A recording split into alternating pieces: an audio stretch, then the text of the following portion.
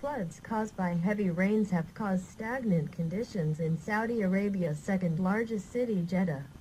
2 people died on the Jeddah road on Tuesday due to electrocution in flood waters. In addition, a 11-year-old child drowned in flood waters in Yanbu city.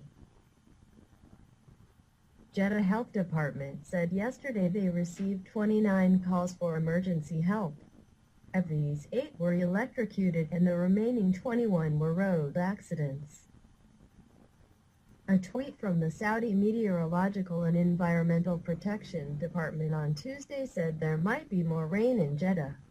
Besides, heavy rains of Mecca and Taif are being threatened.